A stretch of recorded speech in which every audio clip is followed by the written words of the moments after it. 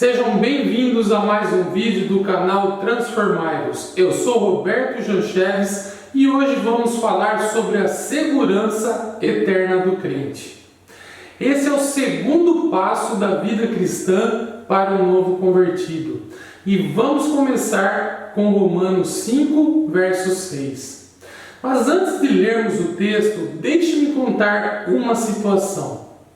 Imagine uma criança que, enquanto ela é bem comportada, ela se sente amada por seu pai, aceita por sua mãe.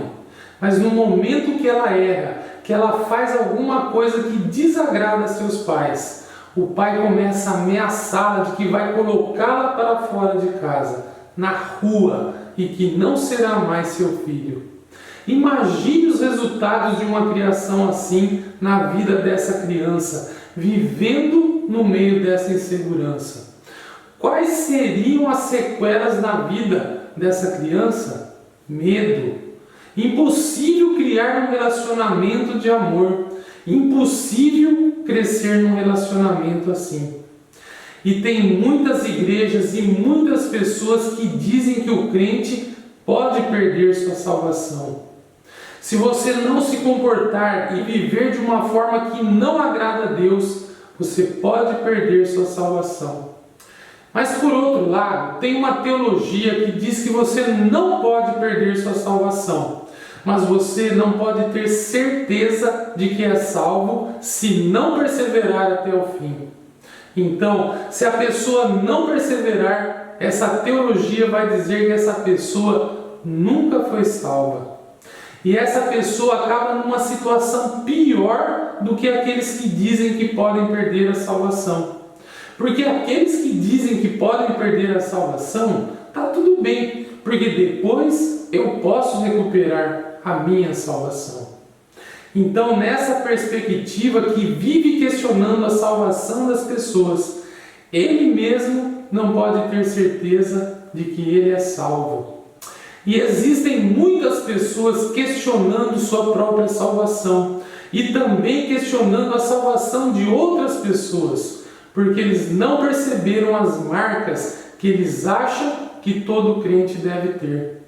Então, é muito melhor pensar que eu perdi minha salvação hoje, mas que eu posso recuperar minha salvação de volta, do que viver todos os dias pensando que há um grupo de pessoas especiais que não podem perder sua salvação, mas eu mesmo não tenho certeza da minha salvação.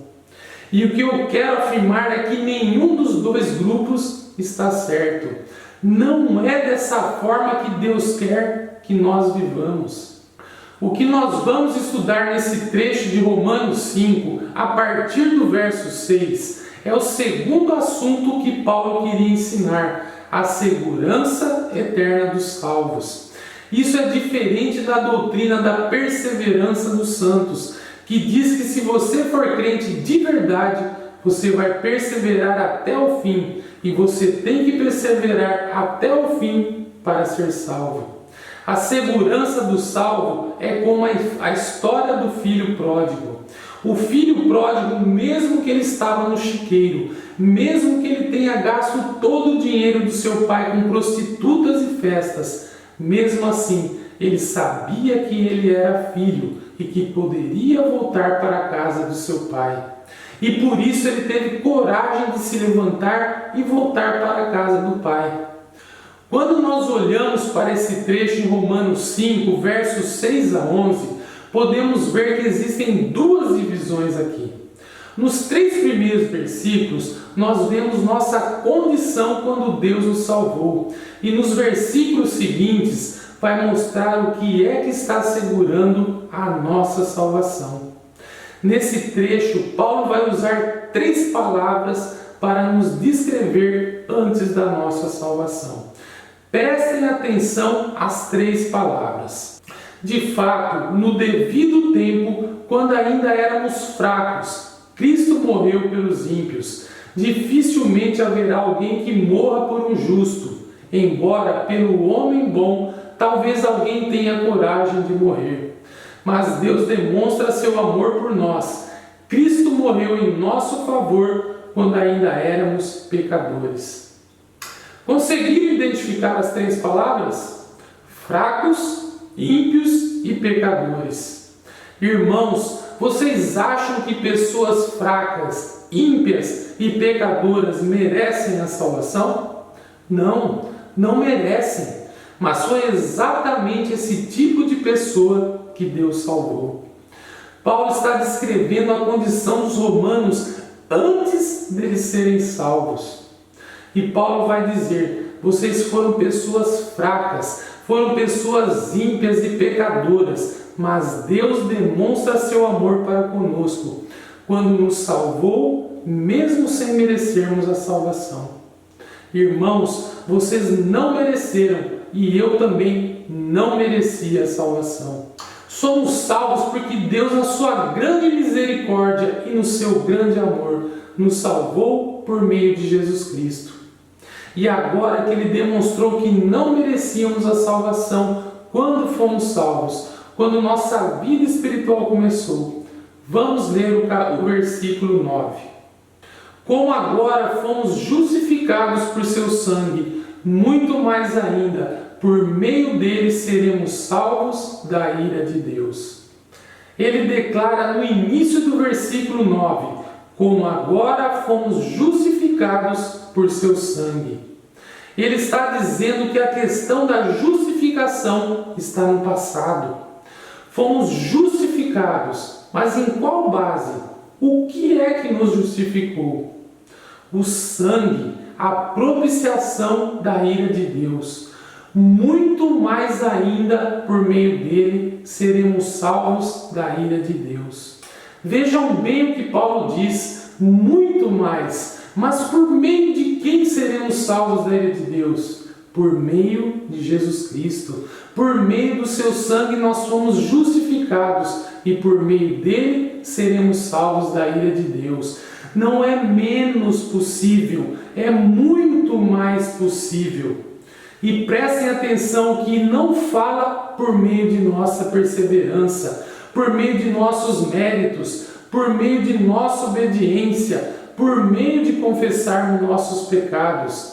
Quem está segurando nossa salvação é Jesus Cristo, e Ele não precisa de nada de nós para sermos salvos da ira de Deus. Quando Ele falou da justificação, Ele falou que foi necessário crermos, mas aqui Ele nem faz menção disso. Seremos salvos por meio de Cristo. Quem está segurando nossa salvação da ira de Deus é Jesus Cristo. Olhem o verso 10.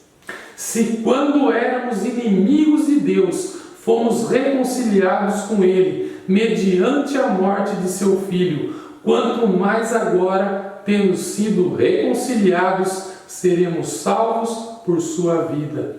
Irmãos, nós não seremos salvos por nossas vidas, não por nossa perseverança, por nossos méritos e fidelidade, mas seremos salvos pela vida dele, de Jesus.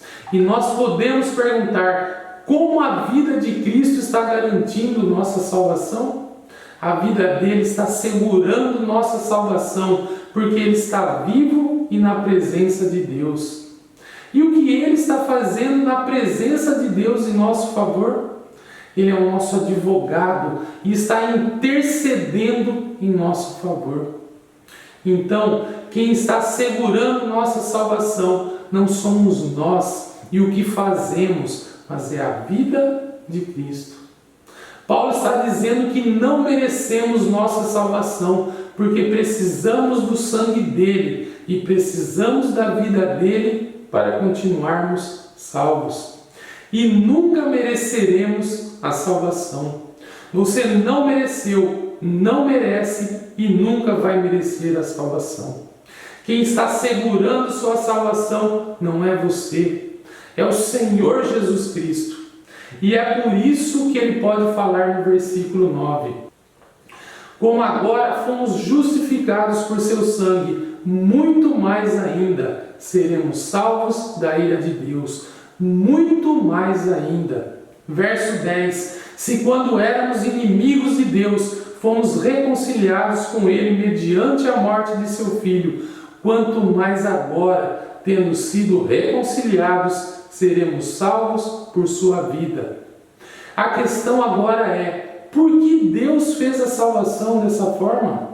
Por que Ele fez a salvação onde não somos nós, mas Cristo está assegurando nossa salvação? Vejam o versículo 11.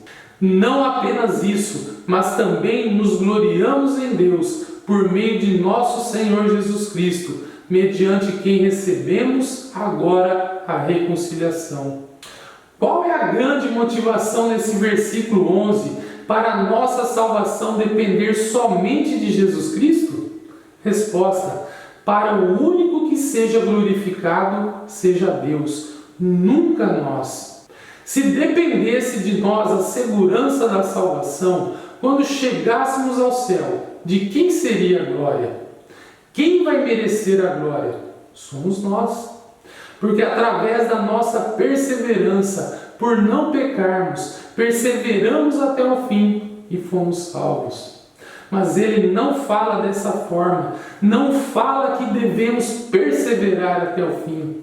Ele fala que quem segura a nossa salvação é o Senhor Jesus Cristo, através de quem temos recebido a reconciliação com Deus. Então, nesses 6 versículos, nós temos a base da segurança eterna do crente. Como nós fomos salvos através da morte e ressurreição de Jesus Cristo. Quem está segurando nossa salvação agora é o nosso Senhor e Salvador Jesus, vivo, fazendo intercessão por nós. E Deus faz a salvação para que dependêssemos totalmente de Jesus, para que o único que recebesse a glória fosse Ele. E para que quando chegássemos ao céu, ninguém poderia dizer: olha só, cheguei, foi difícil, mas cheguei.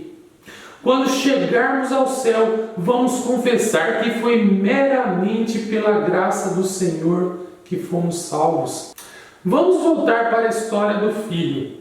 Imagine um pai dizendo para seu filho de 6, 7 ou 8 anos: filho, você já entende muitas coisas, você sabe o que o papai quer ou não quer. Então, de hoje em diante, se você quiser continuar como meu filho, você tem que obedecer a tudo que eu mandar, porque se você desobedecer, eu vou te largar na rua.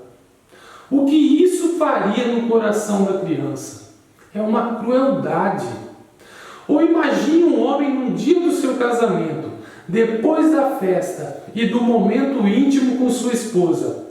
O homem vira para ela e diz que está muito feliz com esse momento e por ela ter se tornado sua esposa, mas diz que ela tem que obedecer a tudo que ele mandar, pois se não obedecer, ele vai se divorciar dela e colocá-la na rua. Dá para imaginar o que isso faria com a mulher? Mas se nós não faríamos isso com nossos filhos ou com nossa esposa, como alguém poderia pensar que Deus faria isso com um filho seu? Não podemos pensar que Jesus faria isso com a sua noiva. Nós não merecemos nossa salvação e nunca vamos merecer. Quem está assegurando nossa salvação é o Senhor Jesus Cristo, sua morte e sua vida. Este é o princípio da segurança eterna do salvo. E se você foi abençoado por essa pequena meditação, compartilhe com seus amigos e familiares, deixe seus comentários, suas perguntas e, por favor, se inscreva no canal para receber os próximos vídeos.